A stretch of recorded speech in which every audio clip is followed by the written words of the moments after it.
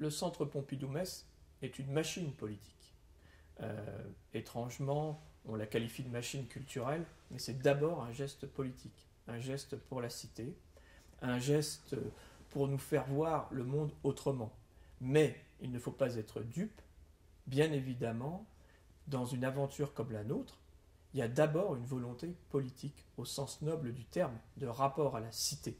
C'est d'ailleurs très beau que le bâtiment de Shigeru-ban, qu'on croit comme un ovni, est en fait connecté à la ville avec ses grandes galeries optiques. Ça, c'est l'enveloppe. Mais il y a le quotidien. Dès qu'on dépense 1 euro pour une aventure culturelle, notamment en France, on s'inscrit tout de suite dans une histoire qui remonte à la monarchie, puisqu'on est dans notre pays, évidemment, très marqué par cette histoire culturelle. Donc, bien évidemment, je dirais que la culture ne peut pas être autonomisée par rapport aux politiques. Tout fait culturel est politique. Le principe même d'une exposition est un choix politique. Dans la multiplicité des sujets, il y a un aspect politique. Par exemple, pour l'exposition chef-d'œuvre du Centre Pompidou-Metz, qui est plutôt bien reçue, y compris par les critiques, les experts et aussi par le grand public, les moments qui nous ont le plus touchés, c'est les visiteurs qui nous ont dit que c'était la première fois qu'ils voyaient un Picasso.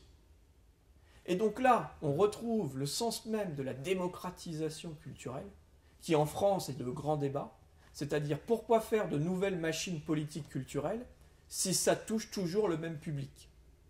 Avec le Centre Pompidou-Metz, il semblerait qu'on touche un nouveau public. Au FRAC, à la synagogue de Delme, à l'ESAM, il y a un public. Mais, depuis 5 ans que je vis ici, je l'ai vu toujours assez réduit. Le jour où on a ouvert les portes ici, on a atteint 4-5 000 personnes par jour.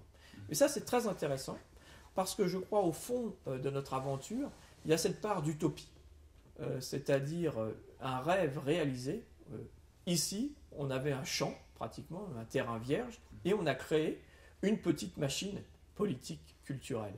Alors évidemment, il peut y avoir un aspect de propagande, mais je ne nie pas que dans le projet du Centre Pompidou-Metz, notamment dans l'exposition inaugurale chef-d'œuvre au pluriel avec un point d'interrogation, il y a bien sûr un aspect un peu démagogique.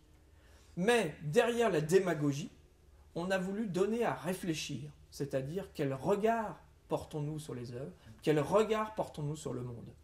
Beaucoup de curateurs, de conservateurs, de commissaires aiment le musée comme une boîte opaque.